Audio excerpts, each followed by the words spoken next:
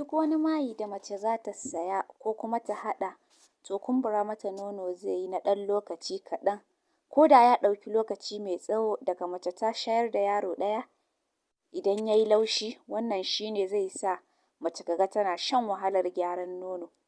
Amma yadda za ki yi bayan haka ba kowace mace yake karɓa ba, wasu yakan jawo musu ciwon nono. Wannan shi ne dalilin da ya sa muka mayar da hankali wajen amfani da gari da tsimi ko kunu da salla.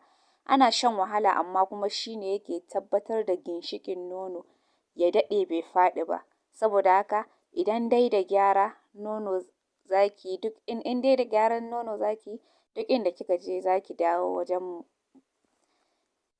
Tsimi mai taso da ƙaramin nono. Yadda zaki yi, ki samu ayaba wato plantain, ki yanka ta ta bushe sannan ki daka garin. To sai ki samu aya, ki wanke ta, ki saka gyaɗa, ki saka a markaɗa miki. Sai ki tace ruwan, kina ɗiban wannan garin plantain ɗin kina zubawa.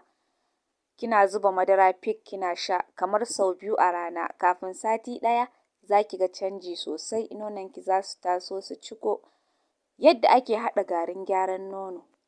Za ki haɗa farar shinkafa da alkama da garin habbatus sauda da aya da gyaɗa mai zabo. Ki niƙa su yi laushi, ki tankaɗe, sai ki ajiye wannan garin kina haɗa shi da nono kina sha kullum.